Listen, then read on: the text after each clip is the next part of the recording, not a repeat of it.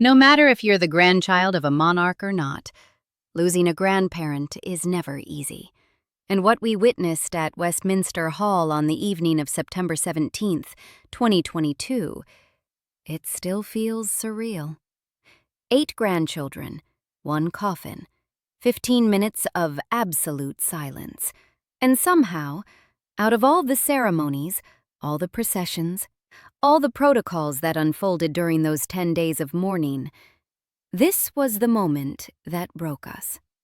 Not the gun carriage through the streets of London, not the tolling of Big Ben, not even the funeral itself with its ancient hymns and heads of state. This. 8 people standing still, heads bowed, saying goodbye to their grandmother. But here's the thing.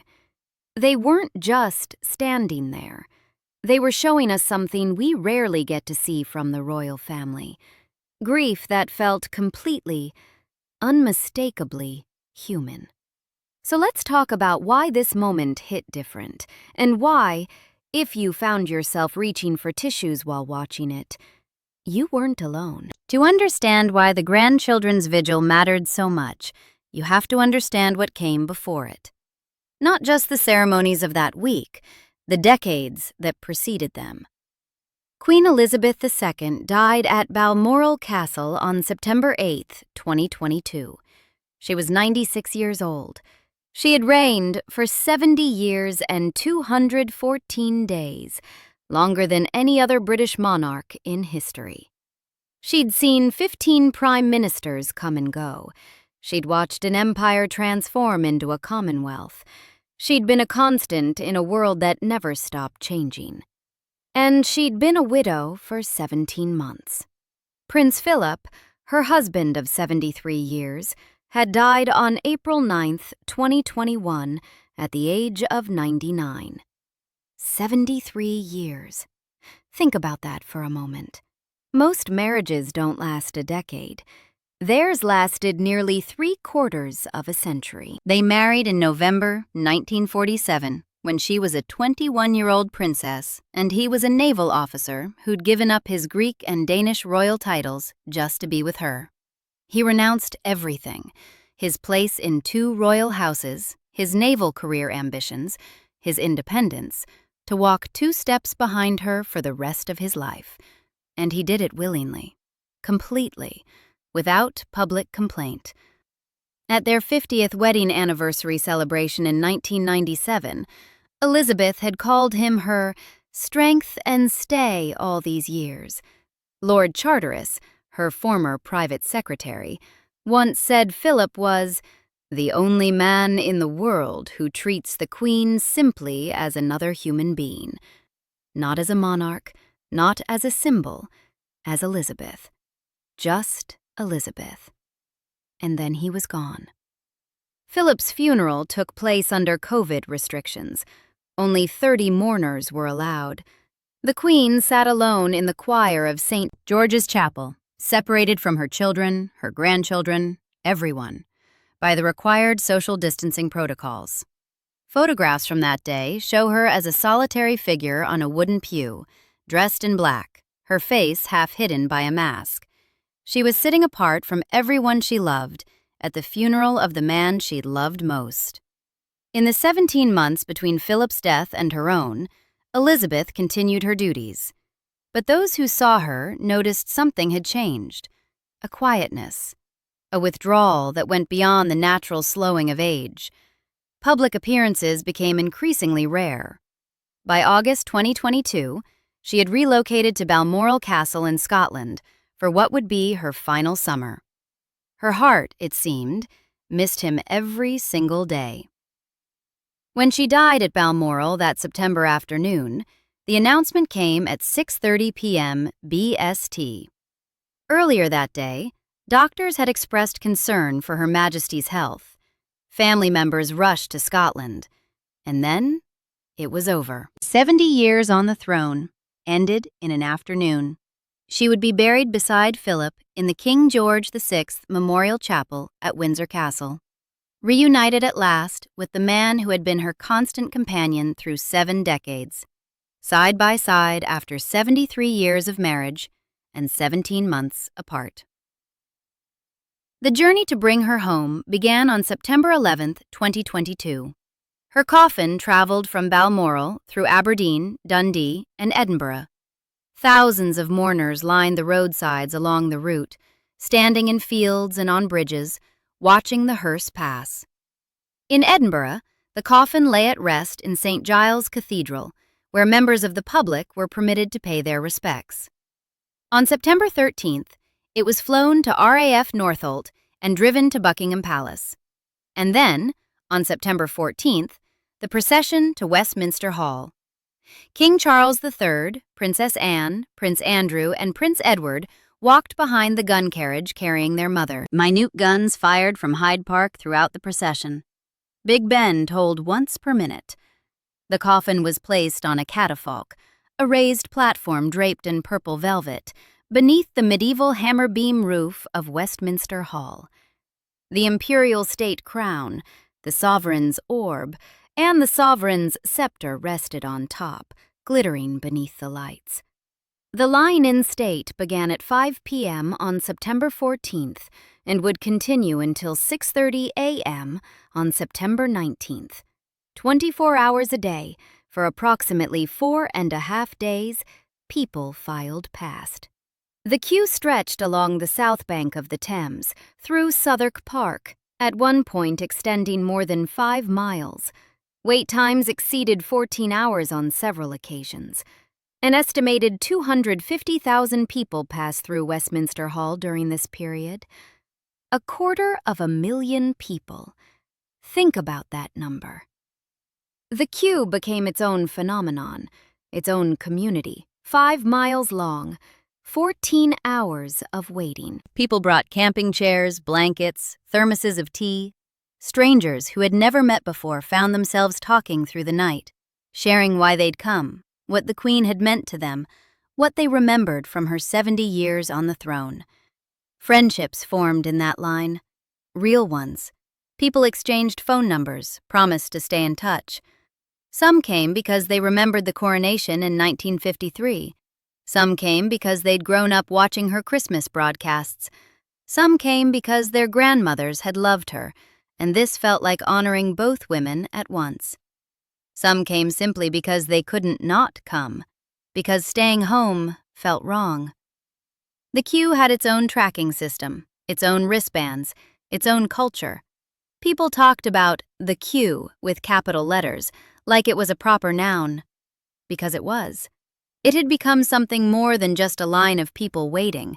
It was a collective act of mourning that stretched across London like a living memorial. And through it all, 4 soldiers from the household division stood guard at the corners of the catafalque inside Westminster Hall. Heads bowed, hands resting on ceremonial rifles. The guard changed every 20 minutes in a silent, choreographed rotation. It was impressive. It was dignified. It was exactly what you'd expect from a nation mourning its longest reigning monarch. But it wasn't the moment that made people cry. On the evening of September 16th, the Queen's 4 children held their vigil. Charles stood at the head of the coffin, Anne and Edward on either side, Andrew at the foot. All 4 wore military uniforms, Charles, Anne, and Edward in dress reflecting their ranks, and Andrew, in his vice admiral uniform, granted special permission by the king to wear it for this occasion, despite having been stripped of his honorary military titles in January 2022. The vigil lasted approximately 15 minutes. Members of the public continued to file past as the Queen's children stood in silence around their mother. This was the Vigil of the Princes, and to understand what happened the following evening, you need to understand where this tradition came from. The term originated in 1936, when the 4 sons of King George V stood guard at their father's coffin during his line in state. King George had died on January 20th, 1936, at Sandringham House. His body was brought to Westminster Hall, and on the night of January 28th, his 4 sons, Edward, who had just become King Edward VIII, Albert, The future King George VI, Henry and George took their positions at the four corners of their father's catafalque. It was unprecedented. Royal sons had not traditionally stood guard at their father's coffin. The vigil was suggested by the new King Edward VIII himself, and the four brothers, in the uniforms of their respective military services, stood watch for 20 minutes while mourners continued to file past. The press captured the moment, and newspapers across the country ran photographs of the four princes, heads bowed, surrounding their father's body. The term Vigil of the Princes emerged from that night, and a tradition was born. The key word there is princes, sons. For nearly a century, this tradition belonged exclusively to men. When it was revived for the Queen Mother's line in state in 2002, her grandsons, Charles, Andrew, Edward, and Prince William, stood vigil. The women of the family watched. They didn't participate. The Vigil of the Princes was, by definition and by precedent, a male ritual, which is what made September 17, 2022, so remarkable. Because when the Queen's grandchildren took their positions around her coffin, 4 of them were women. Zara Tyndall, Princess Beatrice, Princess Eugenie, Lady Louise Windsor, standing alongside their brothers and male cousins, taking their places in a ceremony that had never included them before. No announcement was made about this break with tradition. No press release explained the significance. The grandchildren simply walked in, took their positions, and stood vigil for their grandmother, all 8 of them, regardless of gender. It was, quietly, a small revolution, and somehow that made it even more powerful. September 17, 2022, 6:01 p.m. BST. 8 grandchildren entered Westminster Hall. They took their positions around the catafalque, 4 on each side. Prince William stood at the head of the coffin, in the position his father had occupied the previous evening. Prince Harry stood at the foot, directly facing his brother. And around the sides, Peter Phillips, Zara Tyndall, Princess Beatrice, Princess Eugenie, Lady Louise Windsor, and James, Viscount Severn. 8 people, 30 years of age difference between the oldest and youngest. Some who'd spent their entire lives under relentless media scrutiny. Others who remained largely unknown to the watching world.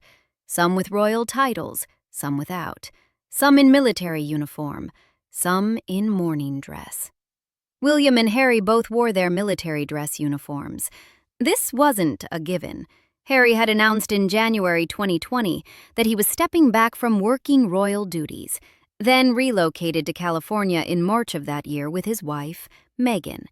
There'd been considerable media speculation about whether he would be permitted to wear uniform at his grandmother's funeral events. When he appeared at the vigil in his blues and royals dress, it was clear that King Charles had intervened. A quiet gesture from father to son. An acknowledgement that whatever tensions existed within the family, this moment transcended them. The other grandchildren wore black mourning attire, dark suits for Peter and James, long dark dresses for Zara, Beatrice, Eugenie, and Louise. All 8 bowed their heads. For just under 15 minutes, they didn't move. Members of the public continued to file past the coffin during the vigil. Some bowed, some made the sign of the cross. Some paused briefly before continuing through the hall. The only sounds were soft footsteps and the occasional cough echoing off stone walls and that extraordinary medieval ceiling. And something shifted. Where the children's vigil had felt like protocol fulfilled, this felt like something else entirely. Raw, real, human. Let me tell you who was standing there, because you probably recognize 2 of them, maybe 4, but unless you follow the royal family closely, you might not have known everyone. And knowing who they are, knowing their specific connections to the woman in that coffin, makes this moment even more powerful. Peter Phillips, at 44, was the eldest grandchild. Born November 15, 1977. 15 years before William, 17 before Harry. He's the son of Princess Anne and her first husband, Captain Mark Phillips. Peter holds no royal title. His parents declined the Queen's offer to grant him one at birth, wanting him to have something closer to a normal life. He spent his career in corporate sports management and sponsorship consulting. He's not a prince. He's not even Sir Peter. He's just Peter. And he'd known his grandmother longer than any of the others. 44 years of watching her transform from the relatively young queen of his childhood into the elderly great-grandmother she became. 44 years of Christmases at Sandringham, summers at Balmoral, birthdays and celebrations, and the ordinary moments that accumulate into a relationship. He was the first grandchild she ever held, the first one to call her Granny. Being the first grandchild meant something specific. It meant Elizabeth was younger when Peter knew her, only 51 when he was born. It meant he had memories of her that the younger grandchildren couldn't share. Memories of a grandmother who was still in her 50s and 60s, still riding horses regularly, still possessed of the energy that would slowly diminish over the decades. Peter carried those memories now. No one else in that hall remembered her the same way. At the vigil, he stood on the left side of the catafalque in a dark suit, the eldest, the one who carried 44 years of memories. Beside him stood his sister, Zara Tyndall, 41 years old, born Zara Phillips on May 15, 1981, also untitled. Her parents made the same choice for her that they'd made for Peter. If you're not British, you might know her for a different reason. She won a silver medal as part of the British eventing team at the 2012 London Olympics. She's an internationally recognized equestrian, married to former England rugby captain Mike Tindall. Horses. That's what Zara shared with her grandmother. Queen Elizabeth loved horses with a passion that never dimmed throughout her 96 years. Racing, breeding, riding. It was the one area of her life where she could be completely herself, away from the protocols and the ceremonies. And Zara inherited that love completely. They'd been photographed riding together on numerous occasions, those informal moments at Balmoral and Windsor where the monarch shed her formal role and became simply a woman who loved horses, sharing that love with a granddaughter who understood it completely. When they talked about horses, they talked as equals, as enthusiasts, as two people who spoke the same language. The eventing world knew Zara on her own merits. Olympic silver medalist, world champion in 2006, but in family photos, she was just the granddaughter who understood what it meant when a horse moved well, who could discuss breeding lines and temperament, who shared something with her grandmother that transcended all the royal formalities. At the vigil, Zara wore a long black dress, her expression controlled, but her eyes betrayed her. She wasn't just mourning a queen. She was mourning the woman who had taught her to see horses the way she saw them. Prince William, Duke of Cambridge, was 40 years old. You know who he is. Born June 21, 1982. Elder son of King Charles III and Diana, Princess of Wales. Following his grandmother's death, William became Duke of Cornwall and Cambridge. Following his father's accession, he became Prince of Wales, the title designating him as heir to the throne. He would be king one day. Everyone in that room knew it. He knew it. But on this evening, he was just a grandson. William had lost his mother at 15, a car crash in Paris. Flashbulbs and conspiracy theories and grief played out on the world stage. He'd learned then what it meant to mourn publicly, to have your worst moments photographed and analyzed and discussed by strangers. He'd built walls after that, learned to control his expression, learned to show exactly what he chose to show and nothing more. He lost his grandfather at 38, and now his grandmother at 40. At the vigil, he wore the uniform of a Blues and Royals officer and stood at the head of the coffin, directly facing his brother. His jaw was set. His eyes, beneath the peak of his military cap, were difficult to read. But viewers who watched closely saw something there. A tightness, a stillness that spoke of effort, of holding something back, of being 40 years old and still having to say goodbye. Prince Harry, Duke of Sussex, was 38, born September 15, 1984, William's younger brother. The spare to the heir, as the tabloids loved to remind everyone. Harry served in the British Army for 10 years, including 2 tours in Afghanistan. Real combat deployments, not ceremonial postings. He'd seen things, done things, became a different person from the party prince the tabloids had mocked in his 20s. And then he stepped away from royal life, announcing the decision in January 2020, moving to California by March of that year with his wife, Meghan. The media had spent days speculating about his uniform. Would he be allowed to wear it? Would the family relent? When he appeared in his blues and royals dress, standing at the foot of the coffin opposite his brother, you could feel something shift in the broadcast. The two hadn't been photographed standing this close together, this still, this silent, in years. Here's what struck me about watching them, and maybe you noticed it too. The audience was obsessed with reading their expressions. Every glance, every twitch, every moment where one brother's gaze might have shifted toward the other became the subject of intense scrutiny. People wanted to see reconciliation, or continued conflict, or something, anything, that confirmed whatever story they'd already decided was true about these two men and their relationship. But the most honest thing to say is this. Their faces showed exactly what you'd expect to see on the faces of two men standing beside their grandmother's coffin. Grief, restraint, the effort of maintaining composure in a moment of profound loss.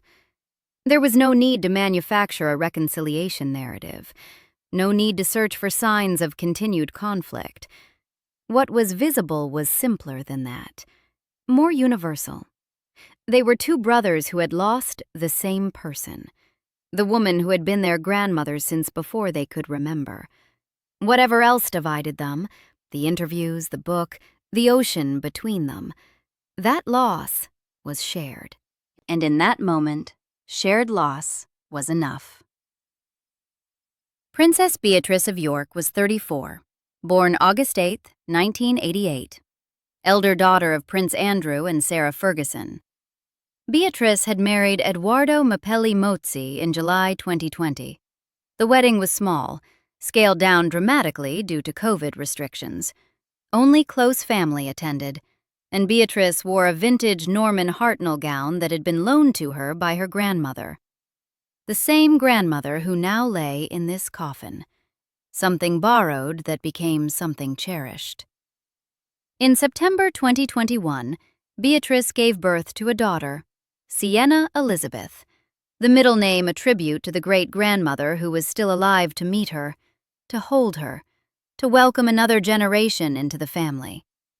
At the vigil, Beatrice stood on the right side of the catafalque, hands clasped in front of her. Her face showed something particular, the sorrow of a granddaughter who had recently become a mother herself, who understood now, in a way she couldn't have understood before, what it means to be part of an unbroken chain of women, and what it means when a link in that chain is gone. Princess Eugenie of York was 32, born March 23, 1990, Beatrice's younger sister.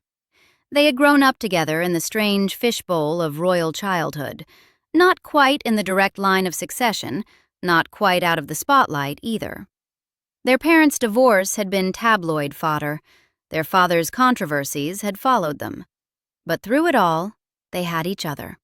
And they had their grandmother. Eugenie married Jack Brooksbank in October 2018 at St. George's Chapel, Windsor Castle. The same chapel where she would later watch her grandmother's coffin lowered into the vault. In February 2021, she had a son, August Philip Hawke Brooksbank. The middle name, Philip, a tribute to the great-grandfather who had died just 2 months later. August never really knew his great-grandfather. He would never know his great-grandmother either. But he carried their names. Eugenie stood beside her sister at the vigil. 2 sisters united in grief.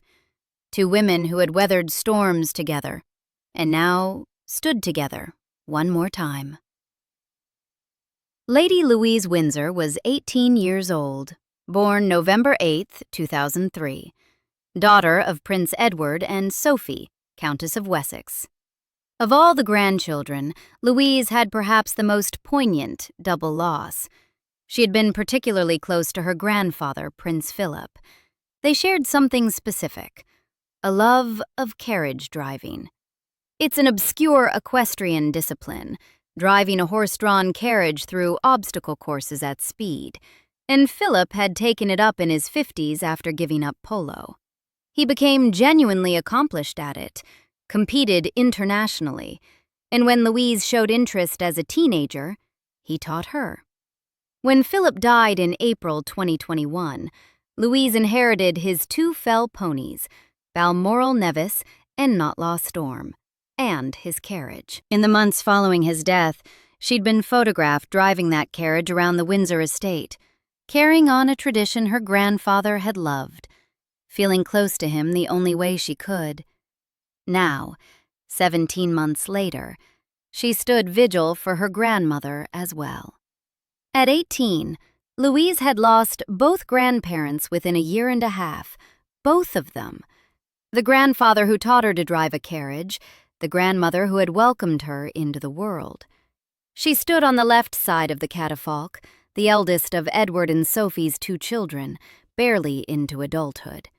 Her face showed the particular vulnerability of grief at that age, when loss is still new enough to be bewildering, when you haven't yet learned how to carry it. And then there was James. James, Viscount Severn, 14 years old, the youngest of all 8 grandchildren, born December 17, 2007. Louise's younger brother, the only son of Prince Edward and Sophie. James holds the courtesy title, Viscount Severn. His parents had announced at his birth that he would be styled as the child of an earl rather than as a prince. They wanted their children to have relatively normal upbringings, to go to regular schools, to have friends who didn't care about titles, to know their grandmother as Granny first and Queen second. It worked, as much as anything like that can work. James and Louise grew up in closer proximity to the Queen than most of their cousins. Their parents lived at Bagshot Park in Surrey and visited Windsor Castle frequently. They were the grandchildren who had been small enough to sit on her lap, young enough to know her primarily as the woman who gave them presents at Christmas, who asked about their school days, who was simply there, a constant presence in their young lives. At the vigil, James stood on the right side of the catafalque, dark suit. At 14, he was the only one still in childhood, the only one not yet an adult, not yet out of school, not yet able to fully comprehend what it means to lose someone permanently. He was placed between his adult cousins, his slight frame a stark contrast to the military uniforms of William and Harry, the elegant mourning attire of his older female cousins. And he stood, absolutely still. For nearly 15 minutes, this 14-year-old boy did not fidget, did not shift his weight, did not look around the hall. He stood with his head bowed, his hands clasped in front of him, maintaining the same perfect stillness as his adult cousins. Viewers found themselves drawn to him again and again. This child they didn't recognize, this youngest grandchild bearing the weight of loss with a composure that seemed almost impossible for his age. He had lost his grandfather at 13, now his grandmother at 14, and he didn't waver. Maybe it was because James represented something specific. The quiet, understated grief that doesn't demand attention but simply endures. The kind of sorrow that doesn't perform itself. Or maybe it was simpler than that. Maybe it was just that seeing a child grieve makes loss feel more real, more permanent, more heartbreaking. A 14-year-old standing vigil for his grandmother is a reminder that death comes regardless of age, regardless of station, regardless of whether we feel ready. It comes anyway. And we stand there anyway. And somehow we endure it anyway. James, Viscount Severn, quietly stole our hearts. So why did this vigil feel more real than everything else? The children's vigil the night before, Charles, Anne, Andrew, Edward, was for people in their 50s, 60s, and 70s, all in military uniform, all positioned in exact formation. It was beautiful. It was moving. But it was also protocol made visible, duty performed, the weight of institution pressing down on 4 adult children who had spent their entire lives preparing for exactly this moment. The grandchildren's vigil was different. It was the range of ages, 14 to 44. 30 years of difference between the youngest and oldest. It was the mix of visibility. William and Harry, who'd spent their entire lives under scrutiny, standing alongside James and Louise, who most viewers had never seen before. Famous faces next to unknown ones. The future king next to a child in a dark suit. It was the absence of uniformity. 2 in military dress, 6 in suits and dresses. No single visual language. Just 8 people, dressed appropriately, standing together. It was the presence of youth. An 18-year-old who'd lost both grandparents in 17 months. A 14-year-old maintaining composure beyond his years. Young faces in a sea of ancient ceremony. It was the inclusion of women, Zara and Beatrice and Eugenie and Louise, standing where only princes had stood before, breaking a nearly century-old tradition simply by being there. When you watched the children's vigil, you watched 4 people fulfilling their roles. When you watched the grandchildren's vigil, you watched 8 people grieving their grandmother. The distinction matters. There was something extraordinary about the way those 15 minutes unfolded. The public continued to file past throughout the vigil. Some mourners bowed as they passed the coffin, others made the sign of the cross, still others paused briefly before continuing through the hall. And through it all, the 8 grandchildren remained motionless, heads bowed, hands clasped or at their sides, private grief made visible to strangers, and yet somehow not violated by it. The mourners filing past were witnessing something intimate. Grandchildren saying goodbye to their grandmother. But the grandchildren's stillness, their bowed heads, their refusal to perform or acknowledge the cameras created a kind of sacred space within the public spectacle. They were present but unreachable, grieving but contained. We could watch. We could feel our own emotions stirred. We could remember our own grandparents, the ones we'd lost, the ones we were afraid to lose, the ones whose absence still caught us off guard years later. But we couldn't intrude on what was happening in the hearts of those 8 people. Their grief belonged to them. And maybe that's exactly why it worked, because it gave us permission. Permission to feel what we were already feeling.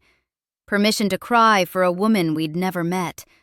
Permission to grieve alongside strangers, connected by the universal experience of losing someone who loved us first. Out of all the ceremonies during those 10 days, the procession from Scotland, the lying in state, the children's vigil, the funeral at Westminster Abbey, the committal service at Windsor, this moment ranked above them all for so many viewers.